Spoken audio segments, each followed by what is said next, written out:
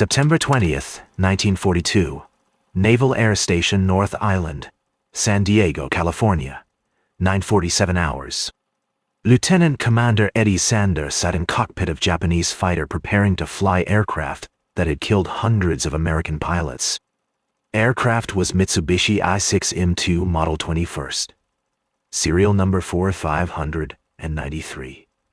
It had belonged to Flight Petty Officer First Class Tadayoshi Koga.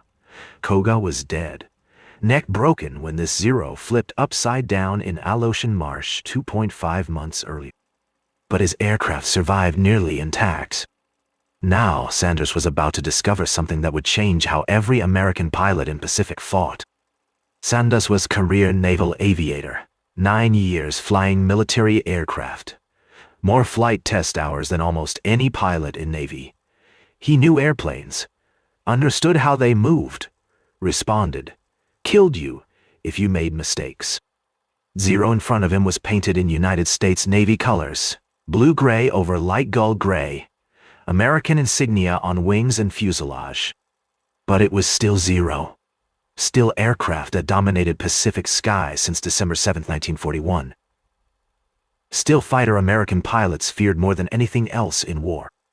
Sanders had studied every intelligence report available about Zero, read accounts from pilots who survived encounters, examined reconnaissance photographs, knew statistics. 12-to-1 kill ratio in China, April 5, 1942, Easter Sunday, 36 Zeros faced 60 British aircraft over Colombo. Shot down 27 British planes, 15 Hurricanes, 8 Swordfish, 4 Fulmars, lost just 1 Zero. American P-39s destroyed at altitude, F-20A Buffaloes massacred over Philippines. 4 Wildcats struggling to survive against enemy that could turn tighter, climb faster, outmaneuver anything United States could field. Official American tactic when facing Zero was simple. Avoid traditional dogfighting. Use dive and zoom tactics. Do not engage in turning fight. Do not try to outmaneuver them. You will lose. But avoiding combat meant abandoning bomber formations, meant leaving wingmen to die, meant ceding air superiority to enemy who used it to sink carriers, strafe airfields, destroy entire squadrons on ground. American pilots were dying because nobody knew how to beat Zero. Nobody understood its weaknesses. Nobody had ever flown one. Until now. This single test flight would expose weakness that would save thousands of American lives. Single discovery that would transform Pacific Air War. Single fact that nobody knew because nobody had ever pushed Zero fast enough to find it. Above 200 knots, Zero could not roll right. Controls locked up. Aircraft became truck instead of fighter. And Sanders was about to prove it. Zero that Sanders was about to fly had been captured on Guadalcanal Island in Aleutians after Koga's death on June 4, 1942. Capture itself was accident of circumstances. Koga had been part of Japanese strike force attacking Dutch Harbor during diversionary operations supporting Midway. His Zero was damaged during engagement with American forces. Oil pressure failing. Engine running rough. Koga attempted emergency landing on Guadalcanal Island. He chose what looked like grassy field. Was actually marsh covered in thick vegetation. Soft ground beneath. Zero touched down. Nose dug in. Aircraft flipped. Koga's neck snapped on impact. He died instantly. He was 19 years old. His wingmen circled overhead, could not tell if he was alive or dead. They had orders to destroy any Zero that crashed in enemy territory. But they could not bring themselves to strafe aircraft, while Koga might still be alive inside. They left, reported crash, did not know that decision would give Americans intelligence advantage that helped turn tide of Pacific Air War. American Navy survey team discovered wreck July 10, 1942, during patrol of Aleutian Islands. They recognized immediately what they had found. Intact Japanese fighter, type that had been destroying American aircraft for 7 months. Recovery operation began immediately. 3 attempts required. First team, July 11, inspected site and extracted Koga's body. Second team July 12, failed when their ship lost 2 anchors in rough seas. Third team July 15 finally succeeded with proper heavy equipment. Aircraft was shipped to Seattle aboard USS St. Mihiel, arriving August 1, transported by barge to San Diego, arriving August 12. Navy mechanics spent weeks repairing damaged vertical stabilizer, rudder, wingtips, flaps, canopy, landing gear, and propeller. They straightened bent metal, replaced broken parts, fabricated components that could not be found. Aircraft was now 98% original, as Sanders later described it. 2% improvisation. Meanwhile, American pilots continued dying. June 1942. Wildcat pilots shot down at rate of 2 to 1 against Zeros. July 1942. Kill ratio remained heavily in Japanese favor. August 1942. Losses mounted. Every American fighter pilot in Pacific knew same thing. Zero was superior aircraft in turning fight. Could not be beaten in traditional dogfight. Could outturn anything Americans flew. Question was, what could be done about it? Navy had captured wreckage from Pearl Harbor, had intelligence reports from China, had accounts from surviving pilots, but intelligence from ground was different from intelligence from air. You cannot understand how aircraft flies by examining wreckage. You cannot discover handling characteristics from measurements. You must fly it. That was Sanders' mission. Fly Zero. Document everything. Find weaknesses. Give combat pilots information they needed to survive. September 20th, 1942. Sanders climbed into Zero's cockpit for first time. Cockpit was cramped. Controls were simple. Instruments were basic. Everything designed for minimum weight, no armor, no self-sealing fuel tanks, no redundant systems. Japanese design philosophy was clear. Sacrifice protection for performance. Make aircraft light, agile, long-ranged. Accept vulnerability as price for superiority. Sanders started engine. 14-cylinder Nakajima Sakai, 12. Radio came to life with sound both familiar and alien. Similar to American radials, but different pitch, different rhythm. He checked instruments. Oil pressure normal. Temperature rising steadily. Everything looked correct. Sanders taxied to runway. Zero felt light on ground. Responsive. Controls moved easily under his hands. Aircraft weighed about 5,555 pounds fully loaded. That was 1,871 pounds lighter than 4th Wildcat at 7,026 pounds. Weight difference was significant. Sanders advanced throttle and began takeoff roll. Zero accelerated quickly. Tail came up. Aircraft lifted off after a remarkably short ground run. Sanders pulled gear up and began to climb. First thing he noticed was how light controls felt. Almost delicate. Stick moved with minimal force. Aircraft responded immediately to every input. At low speed, Zero flew beautifully, stable, predictable, incredibly agile. Sanders made few gentle turns. Aircraft rolled smoothly. He tried steeper bank. Zero snapped around with ease. He understood immediately why Japanese pilots loved this aircraft. At low speed, nothing in American inventory could match it. Sanders climbed to 5,000 feet and began exploring aircraft's handling characteristics. Tried stalls. Zero gave plenty of warning before brake, then recovered gently. Tried spins. Aircraft spun cleanly and recovered promptly. Everything about Zero at low speed was forgiving, responsive, beautifully balanced. Kind of aircraft that made mediocre pilots feel good and skilled. Pilots feel invincible. Then Sanders pushed throttle forward and accelerated. At 190 knots, Zero still felt good. Controls were light. Aircraft was responsive. Sanders was almost beginning to believe reports from pilots who claimed Zero could do anything. Then he crossed 200 knots indicated airspeed. Everything changed.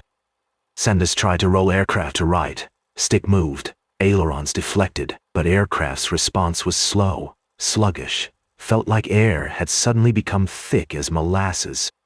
Sanders had to use both hands on stick to force roll. Zero responded, but not quickly, not immediately. There was lag between input and action. Delay that did not exist at lower speeds. Sanders tried rolling to left. Aircraft rolled more easily. Still not as crisp as at low speed, but better than rolling right. There was asymmetry in controls. Zero preferred to roll left. Rolling right required significantly more force and produced significantly less response. Sanders pushed speed higher. 220 knots, 240 knots. Problem got worse. At 250 knots, rolling zero to right was physically impossible. According to his later reports, ailerons had frozen up. Control stick required enormous force to move, and aircraft barely responded. Sanders felt like he was trying to roll truck instead of fighter. This was the weakness. This was what American pilots needed to know. Zero could not roll quickly at high speed, especially to right. Could not perform rapid reversals above 200 knots.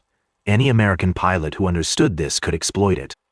Get Zero into high-speed engagement, force it above 200 knots, then roll hard right before Zero pilot could follow. Zero could not match hard right roll at speed. Controls would lock up.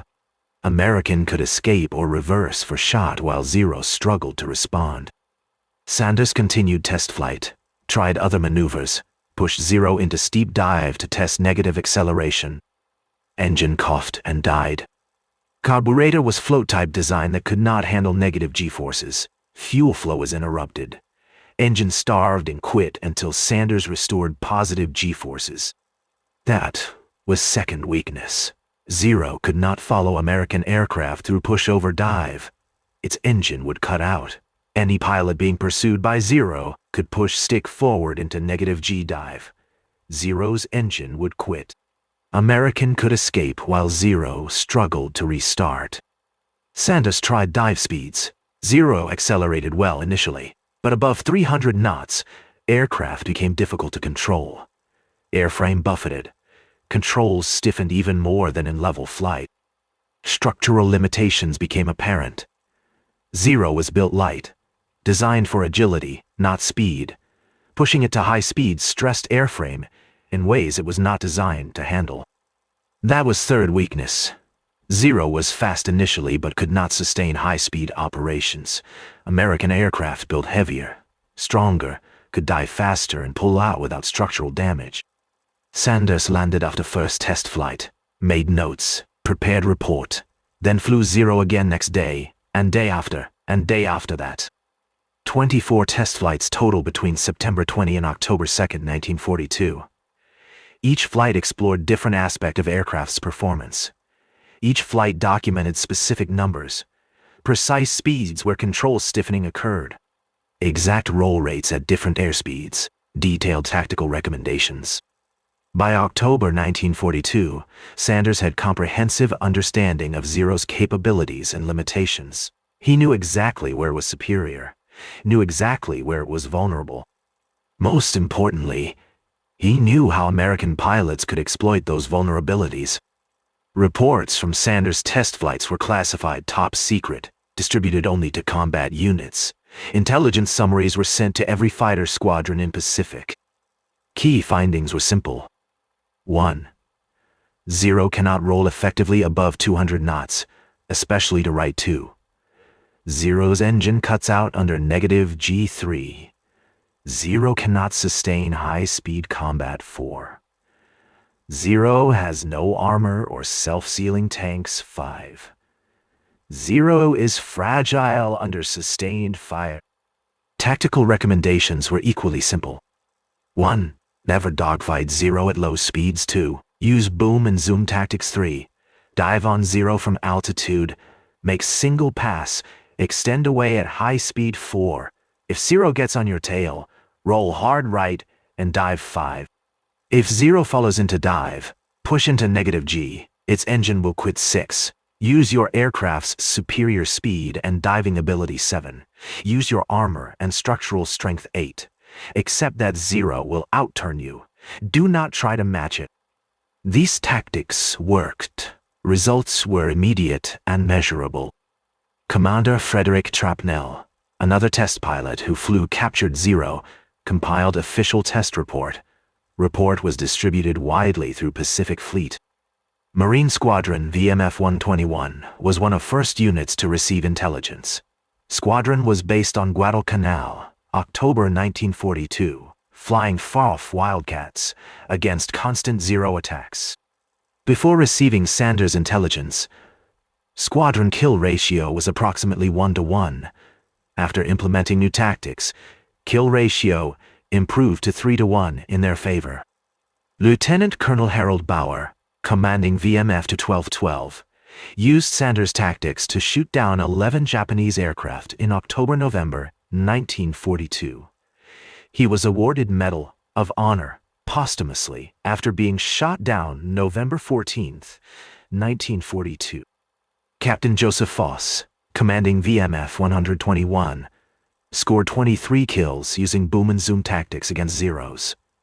He received Medal of Honor. Later credited Sanders' intelligence with saving his life multiple times. Navy squadrons saw similar improvements. VF-10 Flying Forth Wildcats improved kill ratio from 2-to-1 against them to 5-to-1 in their favor after implementing Sanders' tactics. Statistical evidence was overwhelming. Between June and September 1942, before Sanders' intelligence was distributed, American fighter kill ratio against Japanese aircraft was approximately 1.5-to-1 in American favor.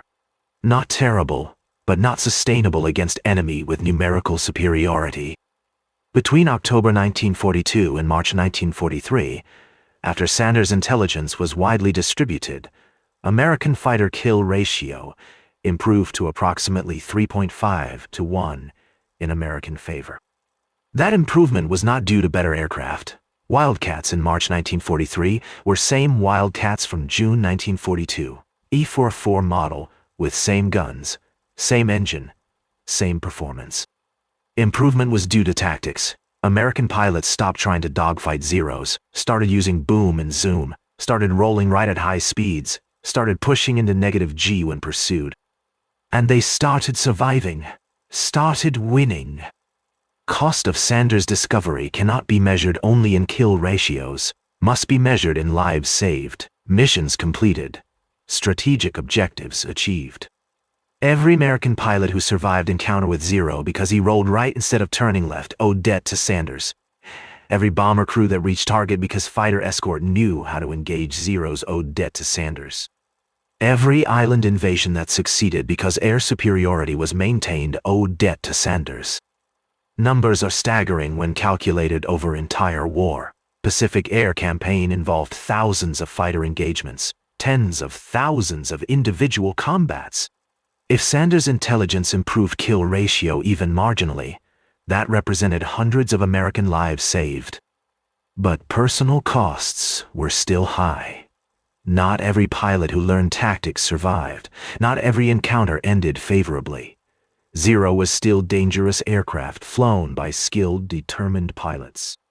Marine ace Gregory Boyington, commanding VMF 214 Black Sheep Squadron, used Sanders' tactics to score 28 kills, but he was shot down January 3, 1944, and spent 20 months as prisoner of war. Navy ace David McCampbell, highest-scoring Navy ace of war with 34 kills, credited Sanders' intelligence with making him effective fighter pilot. He survived war, but many of his squadron mates did not. Statistics show improvement, but statistics do not capture fear of combat. Terror of seeing Zero on your tail. Relief when boom and zoom pass succeeds. Grief when squadron mate does not return. Sanders understood this. He was not just test pilot documenting numbers. He was providing intelligence that would determine whether pilots lived or died. Weight of that responsibility shaped how he approached testing. Every number had to be precise. Every recommendation had to be accurate. Mistakes would cost lives. He flew 0-24 times, could have stopped after 10 flights, could have written report based on initial impressions. Instead, he continued testing. Verified every finding, confirmed every number, made absolutely certain intelligence was correct. Because he knew combat pilots would bet their lives on information he provided. After war, Sanders continued career as naval aviator, flew combat missions later in war, tested other captured enemy aircraft, trained new pilots, eventually reached rank of Rear Admiral before retiring. When asked about Zero test flights, he said he was just doing his job. Testing aircraft was what test pilots did. Fact that aircraft happened to be enemy fighter that would provide critical tactical intelligence was simply circumstance. That modesty was typical of generation that won war. They did not seek glory, did not demand recognition, just did job that needed doing, did it well, moved on to next task. But impact of Sanders' work extended far beyond his personal modesty. By 1943, American aircraft development had incorporated lessons learned from captured Zero. New fighters entering service were designed specifically to counter Zero's strengths while exploiting its weaknesses. Grumman F-6F Hellcat entered service August 1943. Hellcat was faster than Zero, more heavily armed, far more durable, could match Zero's maneuverability at combat speeds while maintaining better high-speed handling. Hellcat pilots used same tactics Sanders developed: boom and zoom, high-speed passes, no turning dogfights. Hellcat's kill ratio against all Japanese aircraft types was 19-1. Vought-Furu Corsair also benefited from Sanders' work. Corsair pilots knew from training exactly how Zero would behave at different speeds and altitudes, knew when Zero's controls would stiffen, knew when to roll right, knew when to use -G. Corsair's kill ratio was 11-1. Even older Fourth Wildcat continued to improve performance. By end of war, official Wildcat kill ratio had climbed to 6.9-1. 1327 enemy aircraft destroyed versus 178 aerial losses. Improvement was not because Wildcat became better aircraft.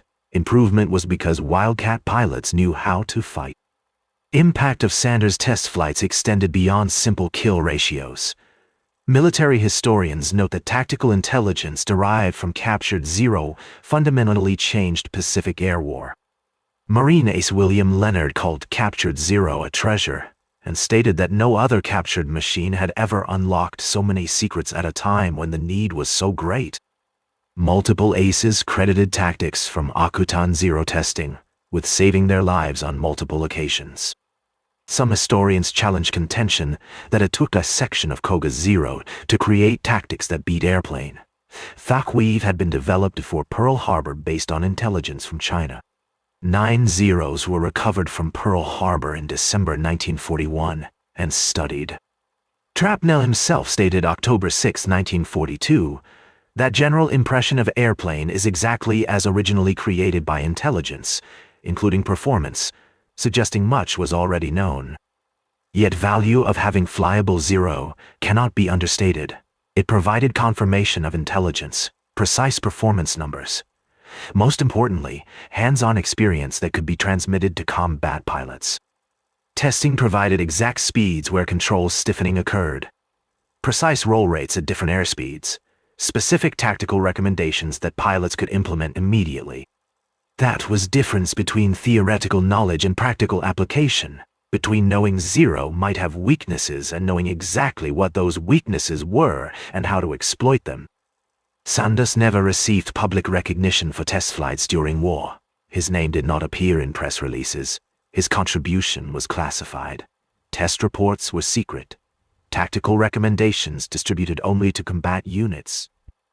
He continued career quietly, did his job, saved lives through knowledge rather than combat. Commander Frederick Trapnell also never received widespread public recognition for role in testing Zero during war.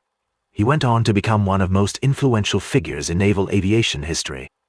He co-founded United States Naval Test Pilot School, along with Commander Sidney Sherby, and with backing from Rear Admiral Apollo Susek.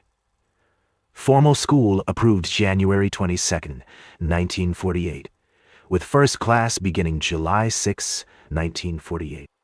Trapnell was promoted to commander, then captain by May 1943. He was first Navy pilot to fly jet aircraft, shaped development of carrier aviation for decades. But his work with captured Zero remained just one of hundreds of test programs he conducted during career. Tadayoshi Koga, Japanese pilot whose Zero was captured, died instantly when aircraft flipped in Aleutian Marsh. He was 19 years old, born September 10, 1922. His wingmen had circled overhead, unsure if he was alive or dead. They could not bring themselves to strafe aircraft while Koga might still be alive inside. They left, reported crash. Did not know decision would give Americans intelligence advantage that helped turn tide of Pacific Air War. Koga was initially buried in shallow grave, July 11, 1942. Reburied with Christian ceremony, July 12. Exhumed 1947 by American graves. Registration service, and reinterred on Adak Island with marker reading unknown Japanese flyer. His remains were likely among 223 unidentified Japanese remains cremated 1953 and interred at Chidorigafuchi National Cemetery in Tokyo. His family never knew during war that his aircraft had been captured and flown by American pilots. Japanese military never officially acknowledged loss of Zero until after war. Akutan Zero, as it came to be called, represented one of most significant intelligence coups of World War II. It was not secret weapon, not code machine, not strategic plan. It was aircraft. But by flying that aircraft and documenting its weaknesses, Sanders gave American pilots knowledge they needed to survive and win. That knowledge spread from pilot to pilot, squadron to squadron across entire Pacific theater. It changed tactics, changed training, changed outcomes. Story demonstrates that knowledge is just as important as technology in warfare. Zero did not change between June 1942 and February 1943. Was same aircraft with same capabilities and same limitations.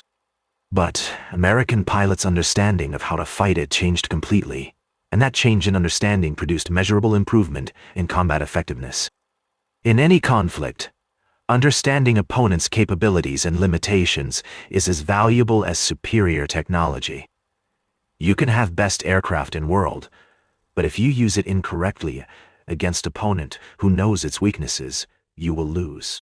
Conversely, you can have inferior aircraft but still win if you understand exactly how to exploit opponents' limitations while avoiding engagement in areas where they have advantages. Sanders' test flights, September 1942, gave American pilots that understanding. They learned Zero's exceptional low-speed maneuverability came at cost of high-speed control stiffening. They learned Zero's long range came at cost of vulnerability to damage. They learned Zero's lightweight came at cost of structural strength and pilot protection. Every advantage has corresponding disadvantage. Every design choice involves trade-offs. Sanders documented those trade-offs in detail. American combat pilots use that information to stay alive and shoot down enemy. Today, small pieces of Akutan Zero remain in museums. Fragment sits in Alaska Aviation Heritage Museum in Anchorage. Few other pieces are in Smithsonian National Air and Space Museum. Bulk of aircraft was destroyed when Helderver's propeller chopped it up February 1945 during training accident. Tragic end for aircraft that had provided so much valuable intelligence. But impact of that aircraft lives on in history of naval aviation and in tactical doctrines still taught to fighter pilots today. Fight smart. Know your enemy, exploit their weaknesses, avoid their strengths, use your advantages. Sanders understood that. He flew 24 times, documented everything, wrote reports that saved lives, then went back to work testing next aircraft on schedule. That is how innovation actually happens in war. Not through grand strategies or political decisions, through test pilots who fly enemy aircraft, document what they learn, make sure information reaches people who need it. Sanders did not change design of American fighters. He changed how American pilots fought. And that made all difference. Single test pilot, single captured aircraft, single discovery at 200 knots. Zero could not roll right at high speed. That weakness, documented precisely by Sanders, exploited ruthlessly by every American fighter pilot who learned it, helped turn tide of Pacific Air War. Americans feared Zero. Then Sanders found Flaw. Then Americans won Tonchi. Simple as that. Profound as that. Knowledge changed everything.